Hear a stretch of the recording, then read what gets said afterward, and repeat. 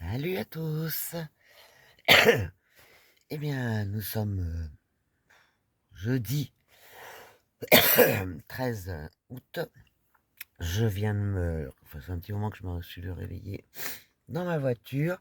Alors, c'est pas le lieu que je voulais, parce qu'ils ont fermé tous les parkings. Pour la nuit, impossible d'aller dans un des parkings. J'étais un peu dégoûté d'ailleurs, parce qu'avec Park Fortnite, c'est une application qui permet d'avoir des endroits où stationner pour la nuit, pour les vannes, les camping-cars, mais les voitures aménagées, n'importe quoi. Il y avait 2 sites qui étaient donnés et ben, alors j'en ai trouvé un, mais bon, ça restait pas bien plat. Ah, c'est pas grave, hein. J'ai dormi à la tête, pas comme d'habitude du coup, pour être plus à plat. Mais après, c'est pas mal, hein. Alors ça a fait du bruit toute la nuit.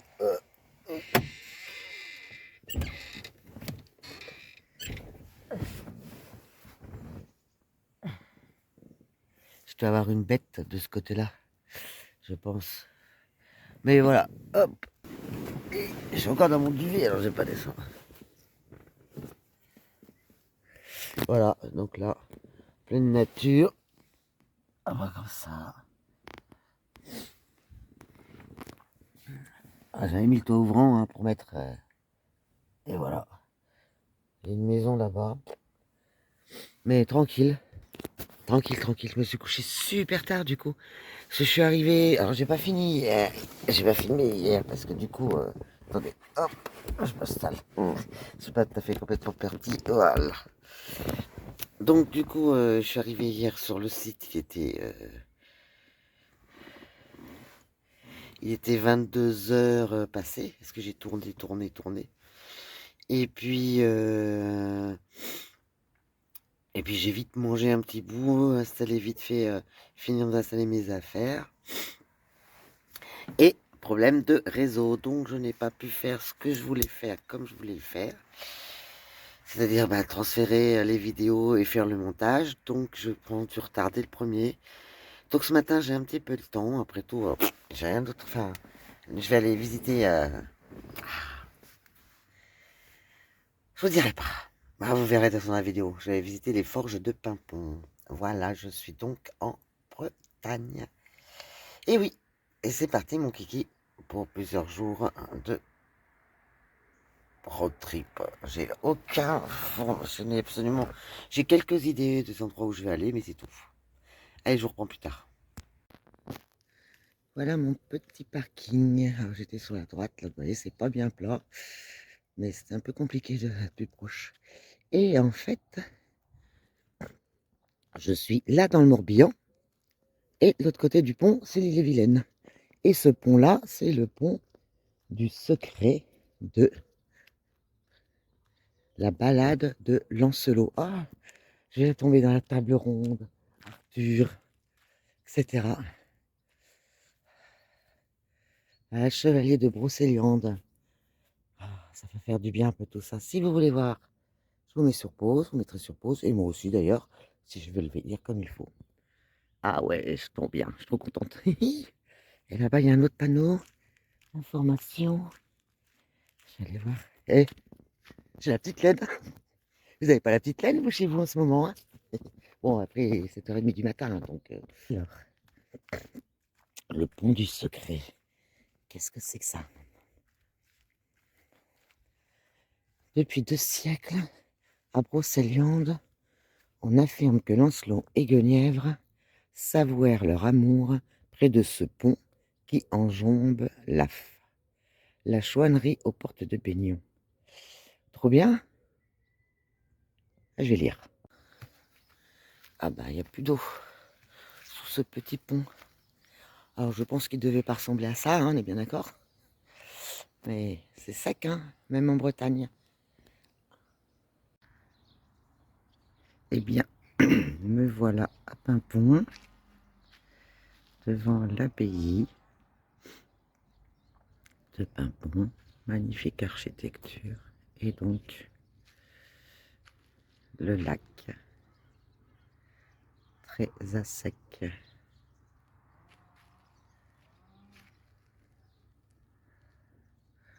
Comme vous pouvez le voir. Alors, Ma petite info, moi je suis venue il y a 30 ans à Paimpont. Il n'y avait aucun commerce, il y avait rien en fait. Et bien je vois que tout a bien changé ici. Et c'est vrai que ça fait trop bizarre. Ouais, je suis venue en 95. Il n'y avait rien, rien, rien. Il y avait une cabine téléphonique à pièce, je m'en souviens. Parce qu'à l'époque, ça commençait déjà à se faire un petit peu rare. Et du coup, bah, je vois maintenant comme ça a évolué, c'est plus la même chose. Charmant petit village. A priori, il y a pas mal de choses pour des pèlerins. Toilettes publiques, il y a un abri pour se dormir si on veut, se protéger. Et les gens ont l'air très, très, très sympas. C'est très agréable. Allez, je continue mon petite tournée.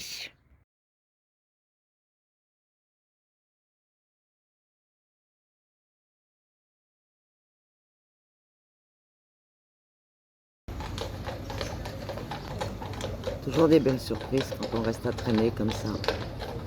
Ils sont beaux, ils sont magnifiques.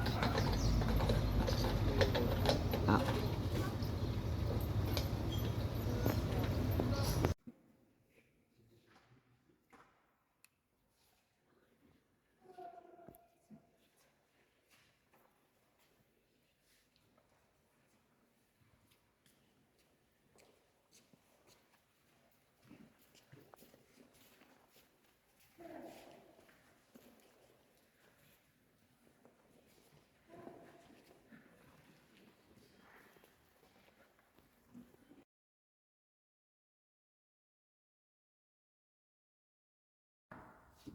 vous trouvez pas qu'il a un petit côté Gandalf?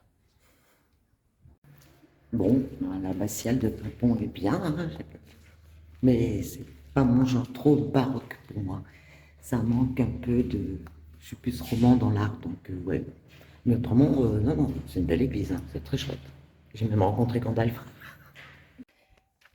Allez, comme il fait super chaud, ben, je vais en profiter pour aller voir la grotte de la Dame de Brocéliande de Sainte-Anne, a priori, l'association Sainte-Anne, j'en sais rien. Ah, par contre, je voulais passer par un chemin, mais il y a des gamins, ça gueule, donc ça me saoule. Donc voilà, donc je vais aller à la grotte, je suis pas bien loin. Et puis ça me permet de profiter de la fraîcheur parce que là, regardez, c'est sympa quand même. On a des arbres, on est à l'abri de la chaleur.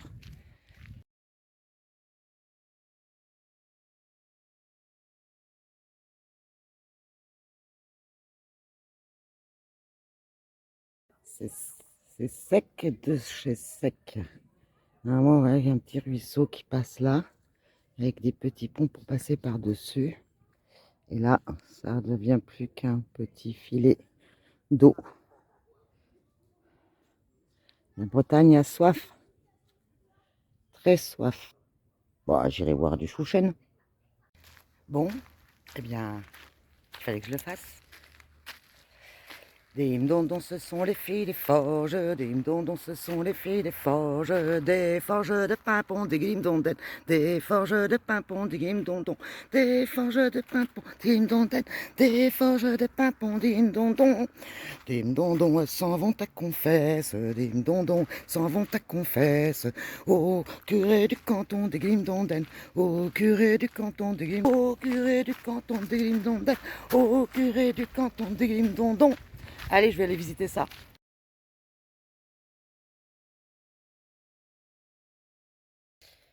Alors, je vous présente la fonderie des forges de Pimpon avec, voyez, les petites arrivées pour mettre comment on appelle ça, le charbon pour chauffer et faire fondre. Et là, donc, ça vient d'être juste rénové. Regardez-moi ça. C'est superbe. C'est magnifique. Je trouve ça exceptionnel. En fait, c'est la première année que c'est ouvert au public comme ça. Avant, c'était pas, ça n'avait pas été refait. Donc, évidemment, on retrouve en arc de cercle, hein, comme dans toutes les fonderies du 19e siècle. Hein. Je trouve ça superbe. C'est magnifique.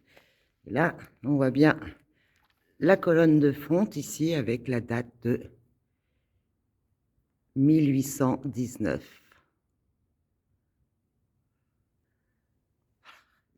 c'est superbe. C'est magnifique. Je trouve ça... la charpente est une beauté.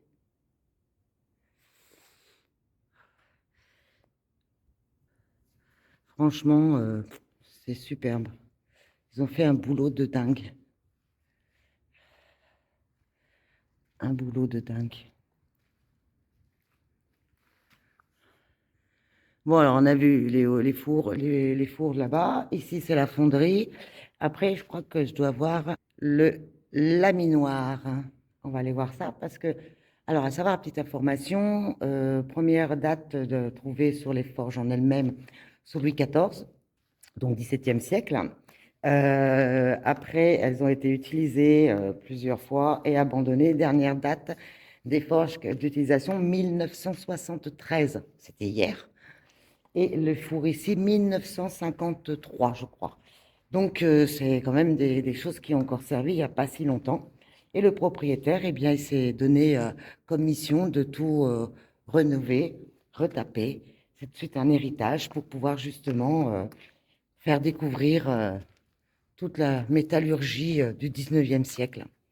Voilà, eh ben, allez, je vais aller faire un tour au laminoir. En tout cas, je ne suis pas déçue. Et franchement, ça vaut vraiment le coup.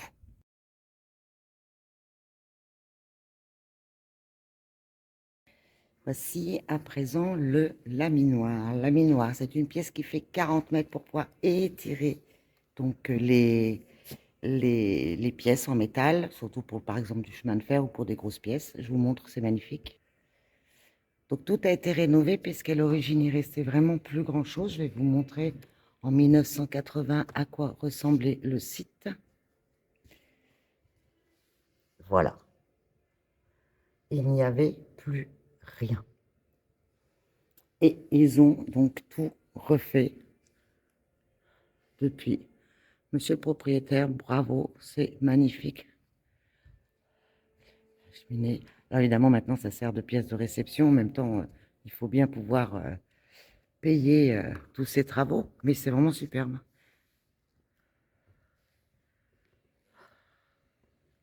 J'adore. Puis alors, ces colonnes. Colonnes en fonte, hein. Ça, c'est de la fonte, hein.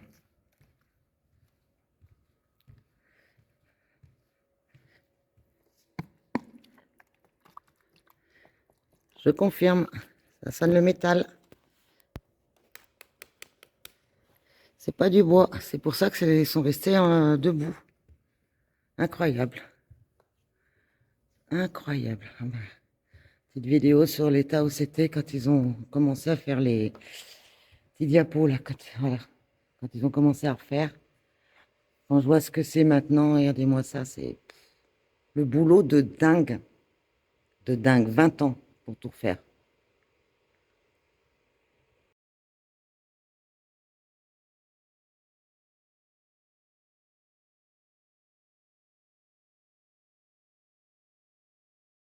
Alors, comme vous avez pu le voir, je vous ai montré sur les premières vidéos tout l'ensemble. Maintenant, je vais vous montrer les maquettes correspondant à tout.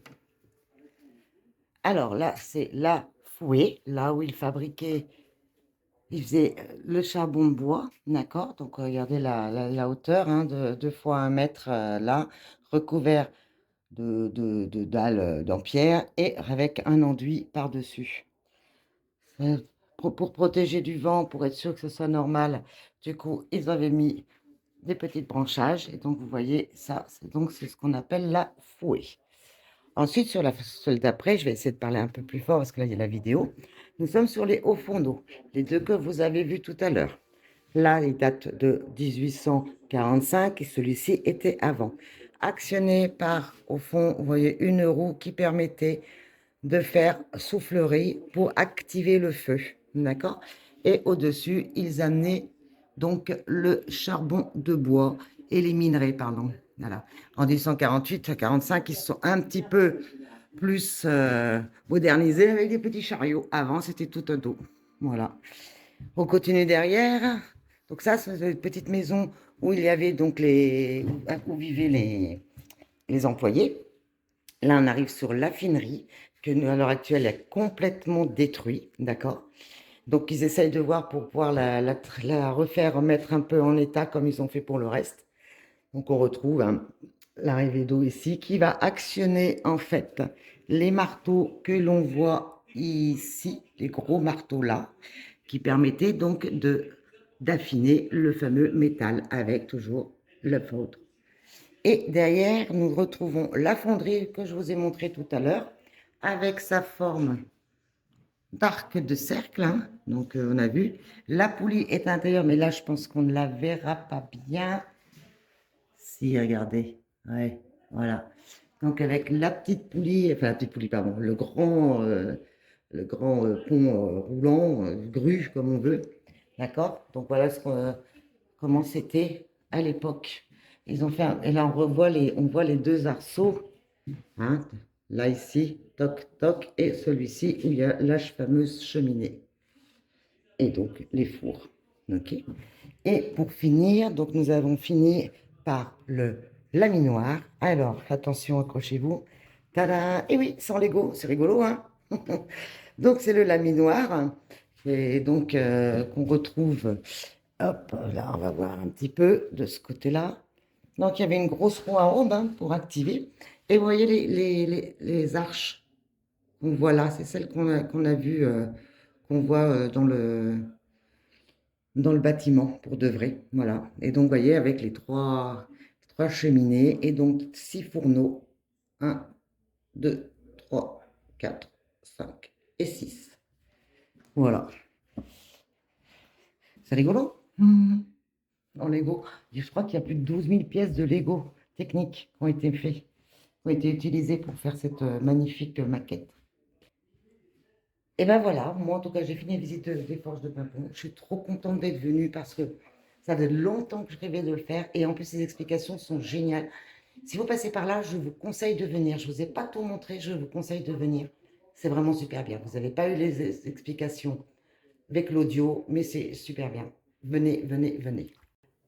Les filles des Forges, cette première version de 1872, vous mettrez sur pause. Une variante publiée en 1902, une variante collectée en Vendée en 1931 et la fameuse version de Triane que tout le monde chante toujours. Intéressant parce que du coup, en fait, il y a pas mal d'informations.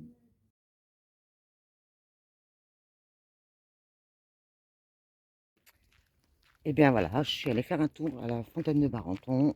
Eh bien, il n'y a plus d'âme. Je n'ai pas ressenti la même sensation que j'avais eue quand j'étais venue il y a 30 ans. Il y a plein de touristes, c'est sale. Les gens mettent les pieds dans la fontaine, je comprends pas ce genre de choses, mais bon, enfin, c'est pas grave. Seule chose qui est bien, c'est le parcours qui est quand même assez sympa dans les bois, même si là, on sent la chaleur, on sent l'humidité de la chaleur, parce que là, il fait à peu près une quarantaine de degrés à l'extérieur de la forêt. Mais ouais, je suis déçue. Je suis déçue. Je vous montre un petit peu. Pas mal quand même. On est bien. Alors, il fait frais, c'est pas la grande fraîcheur, hein, c'est pas la forêt qu'on attend. On serait presque limite à la Thaïlande par la température. Ah, la température, on n'y est pas loin. C'est juste l'humidité qui est un peu moins élevée. Mais bon, ça reste quand même agréable quand on sait qu'il fait 40 degrés. Là, il doit faire à peu près un petit degré de moins, donc on va pas se plaindre. Mais bon, grosse blague, déception complète. Bon les gens, eh bien la canicule jusqu'ici, puisque suite à un arrêté préfectoral, les forêts et la forêt de Brocéliande particulièrement est interdite au public jusqu'à samedi. Voilà, donc j'ai pu faire Barenton ce matin vite fait, mais là a priori il y avait un agent des offices de forêt qui informe tout le monde que bah, c'est fermé. Voilà, donc écoutez, je vais faire ma prochaine destination qui est donc mon camping qui est à peu près à 1h15 de route, je ne sais pas par où. Ouais, ça va me faire passer, on verra bien. Allez, à ciao. Faut que je vous dise un truc de dingue. Je suis partie de la forêt de Brocéliande avec 39 degrés Là, je suis à peu près à 70 minutes au nord de la forêt de Brocéliande et je suis à 30 degrés. J'ai perdu 9 degrés en 70 km, 60. Autant vous dire que je pense que je vais passer une bonne nuit. Il fait frais et c'est génial. Bon, les cocos, si j'ai bien retenu, dans 1 kilomètre 5 à peu près, bah, je vais voir l'océan Atlantique. Donc, ça doit être derrière cette montagne. Ah, je vais être au pied, alors c'est peut-être droite. Oh, depuis tout à l'heure, je trouve une petite route assez sympatoche là. Donc voilà, a priori, je vais bientôt arriver. Donc, ben, je vous montre ça dès que j'arrive. Hein. Vous n'allez pas voir passer. Attention. Hop. Eh ben voilà. Ah, il va falloir que je me renseigne sur les horaires des marées, je crois.